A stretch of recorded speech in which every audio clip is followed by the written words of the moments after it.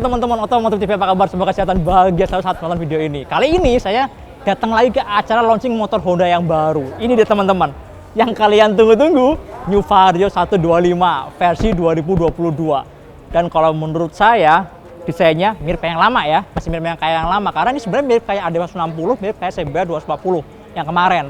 Lampu-lampunya, headlampnya, alis-alisnya, lampu sen, stop lamp sama aja. Bodinya emang direvisi, agak sedikit kelihatan berbeda. Tapi mesinnya teman-teman, ini agak di luar ekspektasi ya. Karena dari kemarin gorengannya orang-orang semua berharap bahwa mesin ini adalah pakai mesin yang baru teman-teman. Pakai mesin ESP Plus 4 klep. Nah ternyata teman-teman mesinnya masih pakai mesin yang lama teman-teman. Ini mesin 125 cc atau 24,8 cc yang SOHC 2 klep aja pakai radiator. Mesin ini powernya 10,9 HP, torsinya 10,8 Nm ya, sekitar segitulah. Ini masih mesin yang lama, mesin yang sama kayak dipakai sama Vario 125 yang versi sebelumnya. Ini tidak sesuai sama ekspektasi kita ya, yang kita berharap mesinnya pakai mesin ESP Plus yang 4 klep kayak SH125, kayak Airblade, kayak apalagi tuh Honda Lead ya di Vietnam gitu kan. Berharapnya itu powernya naik, torsinya naik, kondisi bahan bakar tetap hemat. Ternyata enggak. Ternyata masih tetap pakai mesin yang lama, frame-nya juga masih pakai frame yang lama. Kecewa nggak? Kalau saya sih ya sedikit kecewa sih. Cuma tadi waktu dijelasin sama project leadernya Honda Southeast Asia yang ada di Thailand ya, orang Thailand ternyata teman-teman. Jadi motor ini R&D-nya di Thailand, ada orang Thailand, ada orang Indonesia, dan ada orang Jepangnya juga. Nah, mereka berkesimpulan bahwa mesin ini katanya masih sesuai sama hasil riset mereka ya. Jadi konsumen di Indonesia itu masih cocok sama mesin yang ini. Mesin yang ya powernya segini-segini aja, tapi lumayan irit. Karena mereka mengklaim posisi bahan bakarnya adalah 51,7 km per liter. Gimana ya? Kalau saya sih kepengennya yang ESP Plus ya, yang 4 klep. Jadi sekalian kalau performanya naik gitu kan, posisi bahan bakarnya tetap oke. Ya, tapi ya udahlah nggak apa-apa. Masih pakai mesin yang lama. Sekarang kita lihat hal-hal yang membahagiakan deh. Kalau yang ini kurang membahagiakan lah ya, karena sama aja. Yang membahagiakan ternyata banyak. Pertama ada di desain dan fitur-fiturnya. Kita mulai dari desainnya dulu. Yuk. Nah teman-teman, kita lihat dari bagian depannya. Kalau dari area depan ini sekilas ya nggak beda jauh dari yang lama ya, karena di atasnya ada DRL, masih mirip sama yang lama. Bukan mirip, sama aja. Lampu-lampu sama aja teman-teman, sama persis ya. Bentuk-bentuk garis-garisnya, ini ada kayak tajam-tajam di sini, reflektornya semua sama persis. Gitu juga sama headlampnya. Headlampnya juga ternyata sama-sama aja teman-teman. Nah kayak gini nih, yang luar adalah lampu deketnya, yang tengah lampu jauhnya. Bentuknya sama persis. Nah kalau kita lihat memang sih, biarpun lampunya sama persis, tapi secara bodi ternyata beda. Kayak misalnya di bagian sini nih, ini dibikin ada kayak jedanya ya, warnanya hitam, jadi seolah-olah kayak bodinya terpisah gitu kan, atas sama bawahnya. So, kalau kita lihat ke atas teman-teman, bagian atas ini juga berbeda banget nih. Di sini ada banyak garis-garis tajamnya di sini, terus si stangnya juga dibikin lebih kecil ya, jadi kelihatan lebih sporty gitu kan. Terus kalau kalian turun ke bawah teman-teman, ya di baru samping sini juga ini beda banget. Yang di baru ini lebih lebar, lebih gede, lebih mundur ke belakang gitu ya. Jadi kelihatan lebih gagah di bagian sampingnya. Dan di sini juga ada kayak winglet kecil gini nih.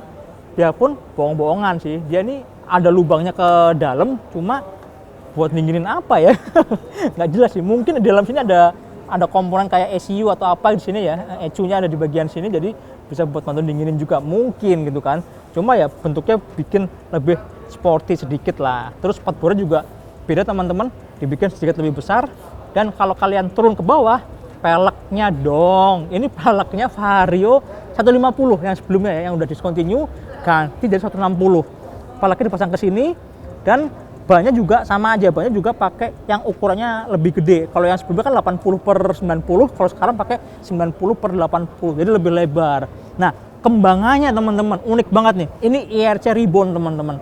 Tuh, kembangannya kayak ban-ban variasi ya, kayak bukan ban standar pabrikan motor gitu.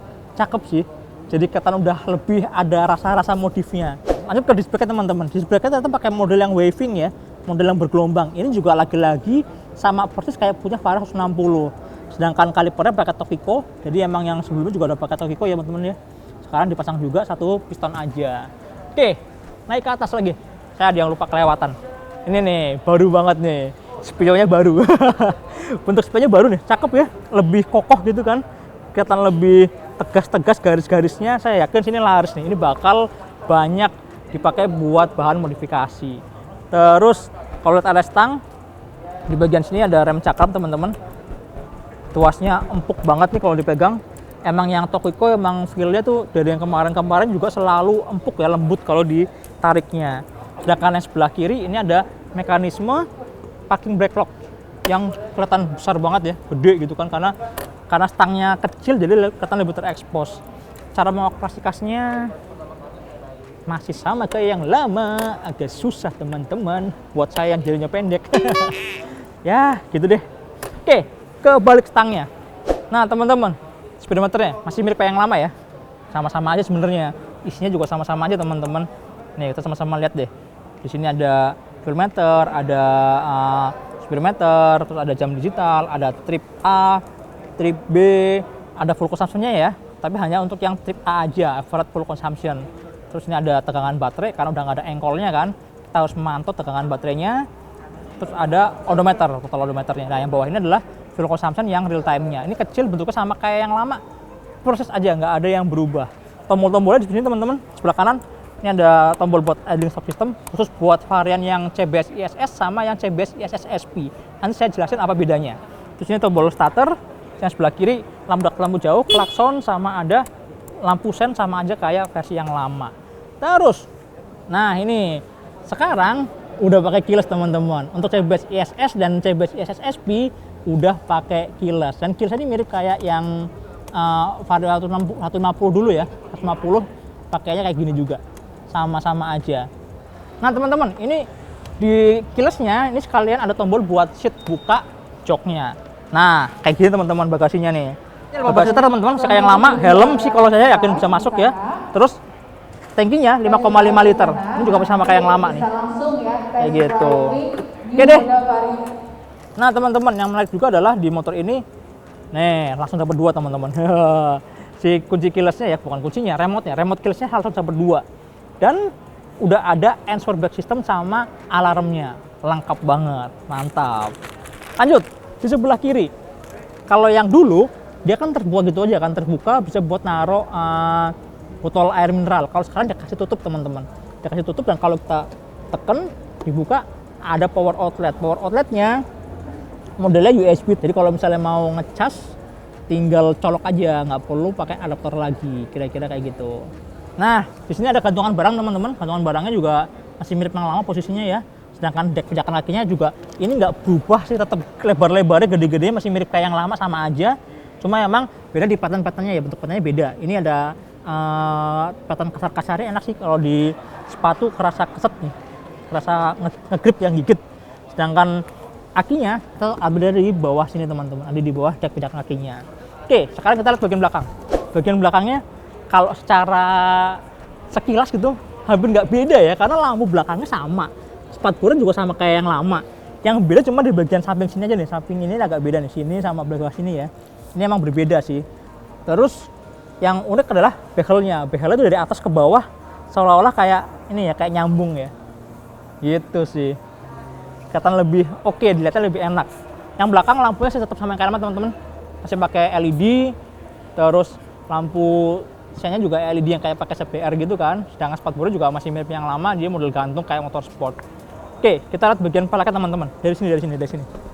Nah, peleknya tuh yang belakang juga sama kayak punya Vario 150 ya.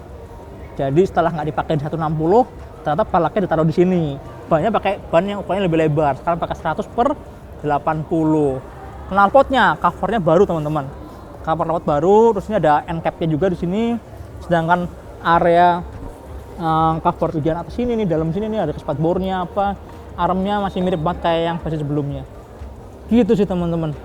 Jadi secara tampilan memang berubah ya sebenarnya, berubah tapi nggak drastis. Kenapa? Karena ya lampu-lampunya masih sama, terus garis desainnya juga masih mirip-mirip, nggak beda jauh kalau dibanding sama versi yang sebelumnya. Terus berapa harganya? Nah harganya itu dimulai dari 22,35 juta untuk varian yang CBS yang paling standar.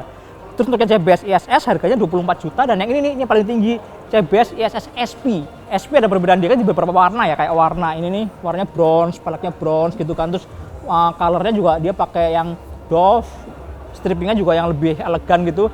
Itu dijual 24,25 juta on the road Jakarta, semuanya on the road Jakarta. Dan yang ESP ini secara kelengkapan sama kayak versi yang CBS ISS gitu teman-teman. Kira-kira gimana menurut kalian?